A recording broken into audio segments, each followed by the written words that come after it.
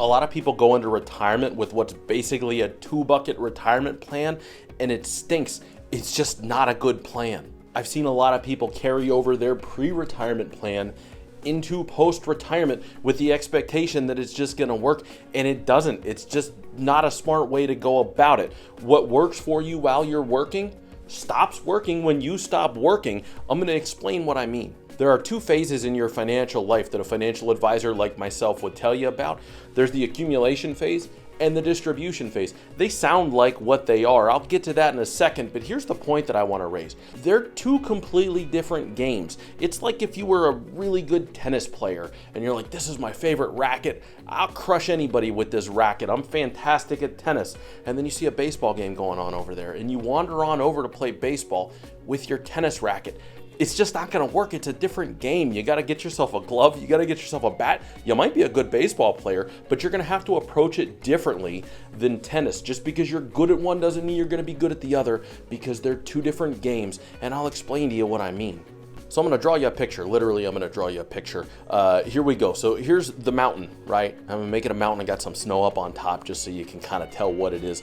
While you're going up the mountain, that's your accumulation phase. Those are the work years. And so you're adding money to your retirement account. You're spending less than what you make. You're doing all of the right things here. You're accumulating assets. And you do that because you know you're going to need to use them at some point in the future. And so that's your plan. Spend less than I make, save money for the future. Generally speaking, that works while you're accumulating.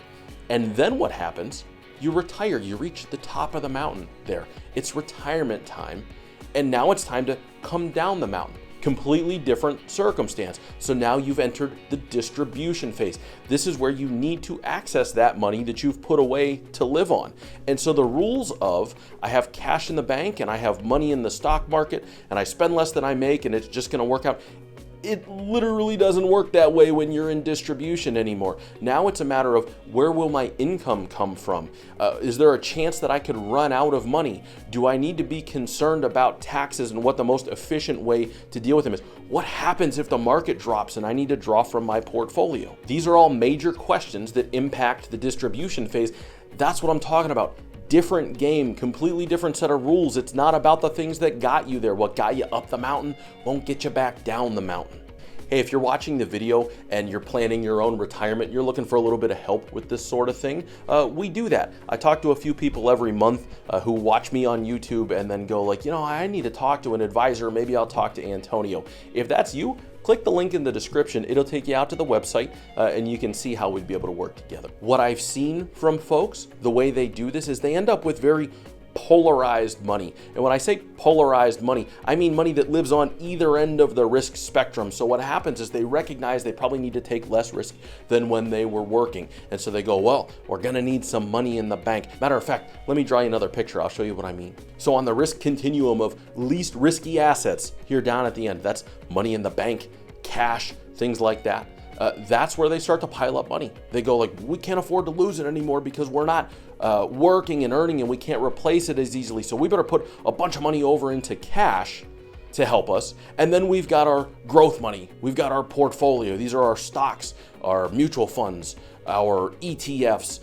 That's what we're going to have out on the other end of the spectrum. Now, those are some of the most risky assets you have. There's the highest volatility. There's the most potential for loss. Even if they grow the most over time, they have the most volatility.